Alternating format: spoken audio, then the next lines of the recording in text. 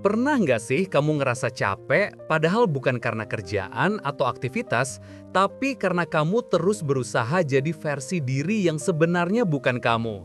Kayak setiap hari pakai topeng yang kamu yakin orang lain pengen lihat, sampai lupa wajah asli kamu kayak apa.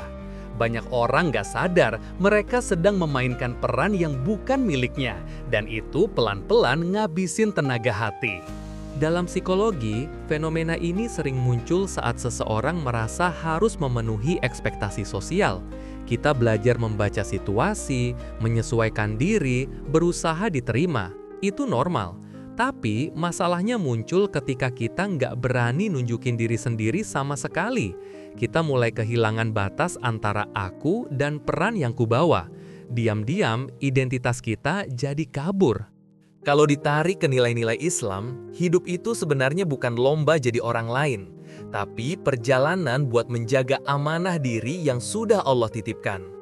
Ada tanggung jawab batin untuk jujur sama diri sendiri, bukan demi apa kata orang, tapi karena hati yang lurus bikin langkah hidup lebih ringan. Bukan soal religiusitas kompleks, cukup soal kesadaran bahwa Tuhan gak minta kita pura-pura. Jujurlah dalam kebenaran. Psikologi juga bilang bahwa terus-menerus menampilkan persona bisa bikin stres emosional. Kita harus mikirin apa yang harus dikatakan, bagaimana bertingkah, bagaimana menjaga citra. Otak bekerja 2 kali lebih berat. Nggak heran kalau akhirnya muncul rasa lelah, insecure, bahkan bingung arah hidup. Kita kayak aktor yang lupa kapan harus turun panggung. Kadang alasan utama kita memainkan peran palsu itu sederhana. Takut ditolak. Takut kalau jadi diri sendiri, orang-orang bakal menjauh. Padahal seringkali ketakutan itu cuma bayangan pikiran. Dalam pandangan Islam, setiap manusia punya nilai yang melekat, bukan karena peran sosialnya, tapi karena hatinya. Dan keyakinan itu bisa jadi pondasi buat berani jujur pada diri.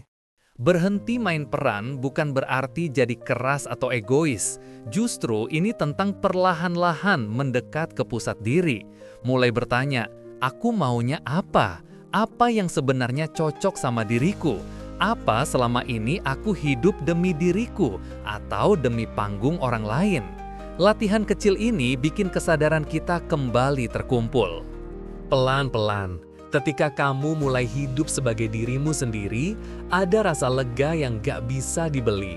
Kamu merasa lebih merdeka, lebih tenang, dan lebih utuh.